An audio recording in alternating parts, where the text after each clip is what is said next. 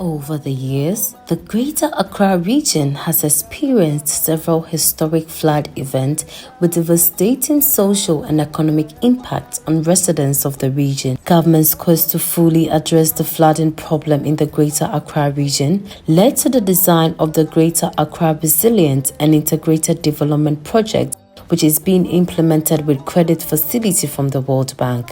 In order to establish the resilience of the city, we have to determine first and foremost what were the causes, both immediate and the ones that were long-term.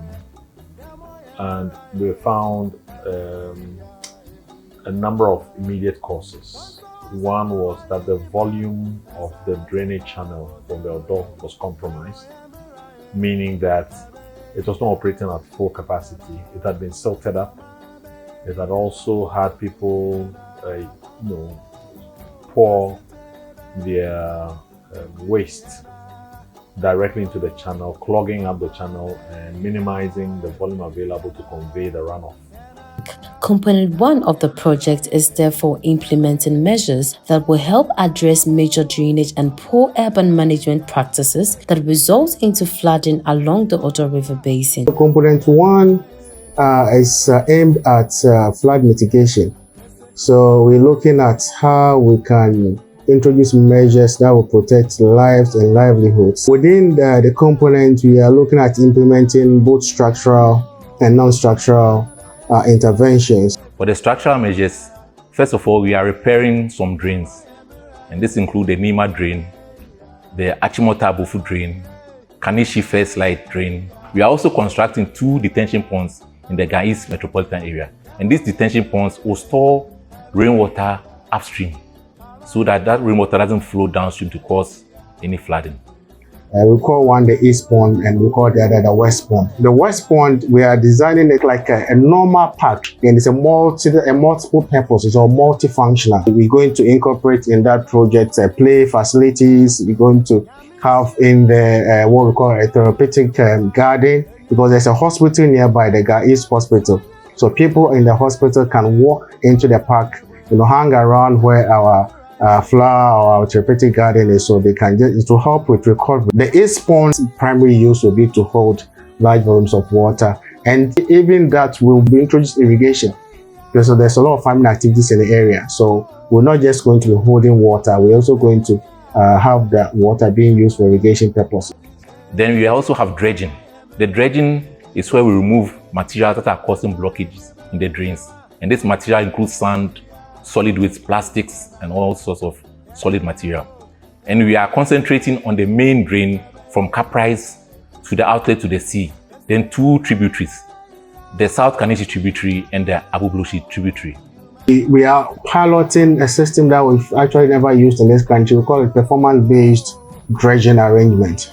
In the past, what we've had is that our contractors have been paid according to the volumes of silt that they're able to dredge from the channels. But now we are setting performance targets, and so the contractor would then have to keep silt at a certain constant level, where they will be paid according to how well they are able to respond to our targets that we have set. When we go to the non-structural measures, we are developing a flood early warning system.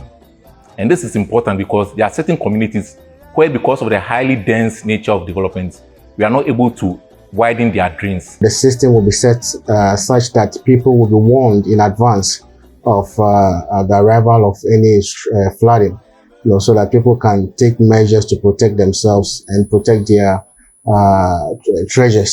Procurement processes are far advanced for the selection of a firm which will be dredging the Odo River Basin on regular basis to remove solid waste, sediment, and other debris that block the free flow of water in the drain. With the other structural measures, we are now moving into detailed design, and our expectation is that by the middle of April, we should have the first set of detailed design for the first phase of interventions that are going to be constructed. Finding a lasting solution to incidences of flooding in the Greater Accra region requires collective efforts by both government and society. With climate change impact. We are going to be seeing, more intense, and irregular kind of storm events. We can help ourselves by allowing some infiltration when we build our houses.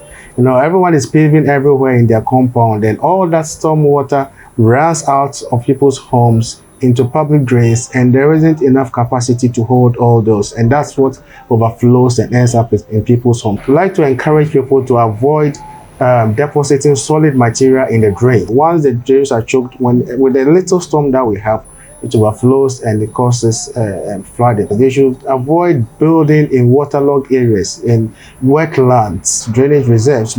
People can build so close. Some people's wall is actually sitting on the drainage channel in some places. It doesn't help the situation. Let's all help ourselves. Let's protect our own lives, our own livelihoods, and our own properties.